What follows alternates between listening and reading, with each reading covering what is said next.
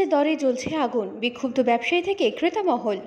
মহানগরী কলকাতার বিখ্যাত কয়েকটি বাজারে তরতর করে বাড়ছে বাড়ির রান্নাঘরের নিত্য আনাজ, আলু ও পেঁয়াজের দাম। গড়িয়াহাট, মানিকতলা, শোভাবাজার প্রভৃতি এলাকার বাজারে ব্যবসায়ীদের অভিযোগ, লোকাল ট্রেন না চলার কারণে পরিবহন খরচ বেড়েছে, ফলে দামের অঙ্কে আগুন নিভতেই চাইছে না। তাছাড়া প্রতিদিন পরিবহন না হওয়ার কারণে আলু ও পেঁয়াজের বস্তায় পচা জিনিসের পরিমাণও বৃদ্ধি পাচ্ছে। আলুর দর কেজি প্রতি 40-এর কাছাকাছি ঘোরাঘুরি করছে বিভিন্ন বাজারে, আর পেঁয়াজের দাম কেজি প্রতি 60-এর ঘরে। এই আগুন বাজারে বিক্ষুব্ধ ক্রেতারাও। বাঙালির রান্নাঘর যেখানে আলু, পেঁয়াজ, আদা, রসুন ছাড়া চলে না, সেখানে দাঁড়িয়ে বাজারের এমন আকাশ ছোঁয়া দাম ভাবাচ্ছে উচ্চ থেকে নিম্নবিত্ত প্রতিটি পরিবারকে।